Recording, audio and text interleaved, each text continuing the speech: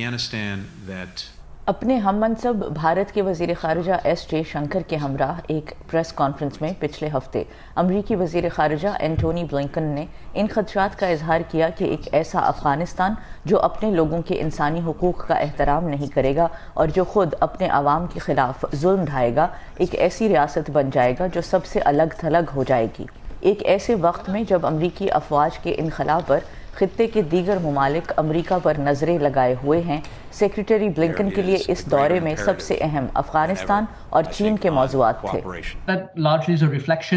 میرا خیال ہے کہ اس سے زیادہ تر امریکی حکومت کی طرف سے بھارت کو دی جانے والی ترجیح کا اظہار ہوتا ہے، لیکن یہ بھی ہے کہ اب دفاع سے لے کر ماحولیاتی تبدیلیوں اور معاشی مسائل اور تجارت سمیت دونوں ملکوں کے درمیان تعلقات کی کئی شکلیں ہیں۔ اس لیے میرے نزدیک وزیر خارجہ بلنکن کا یہ دورہ کسی ایک وجہ سے نہیں تھا، بلکہ ایک بڑی کوشش کا حصہ تھا۔ گزشتہ 2 دہائیوں میں بھارت اور امریکہ کے تعلقات میں چین ہمیشہ ایک اہم عنصر رہا ہے، اور پچھلے 2-3 سال میں اس میں اور بھی اضافہ ہوا ہے، جس کی وجہ محض چین کی طاقت میں اضافہ نہیں ہے بلکہ اس کا جارحانہ رویہ بھی ہے، اور پچھلے 18 مہینے سے بھارت کی سرحد پر جاری چین کا رویہ اس کا سب سے بڑا ثبوت ہے، اور ان کارروائیوں کو بھارت اپنے اقتدار اعلیٰ اور علاقے کے خلاف ایک براہ راست خطرہ تصور کرتا ہے، اور شاید یہی وجہ ہے کہ امریکہ اور بھارت عسکری، معاشی اور سیاسی سطح پر ایک دوسرے کے بہت قریب آ گئے ہیں۔ بھارت افغانستان کو امداد دینے والے بڑے ملکوں میں سے ایک ہے، اور اب امریکی افواج کے انخلا کی وجہ سے طالبان کے بارے میں بھارت کی تشویش میں اضافہ ہو رہا ہے۔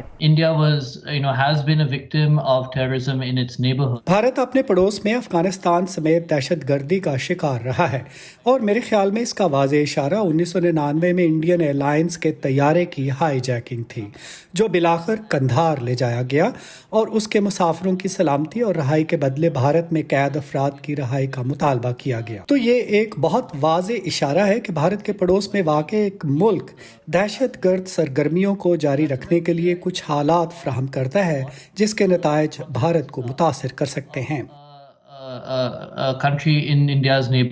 خطے میں بھارت کے ہمسایہ ملک ایران کے ساتھ بڑھتے ہوئے تعلقات اور چابہار میں بھارت کی مدد سے تعمیر ہونے والی بندرگاہ کے باعث دونوں ملک ایک دوسرے کے قریب ہیں۔ امریکی تحقیقی ادارے سٹمسن سینٹر سے منسلک سمیر لالوانی کے مطابق یہ منصوبہ امریکہ اور بھارت کے تعلقات میں آڑے نہیں آئے گا۔ میرے خیال میں موجودہ انتظامیہ امریکہ ایران کے ساتھ لڑائی میں کم ہی دلچسپی رکھتی ہے۔ مجھے لگتا ہے کہ یہ انتظامیہ اس بات کو سراہتی ہے کہ بھارت کے افغانستان میں اثاثے ہیں اور اسے کسی بھی شراکت دار کے ساتھ تعاون کرنے کی ضرورت ہے۔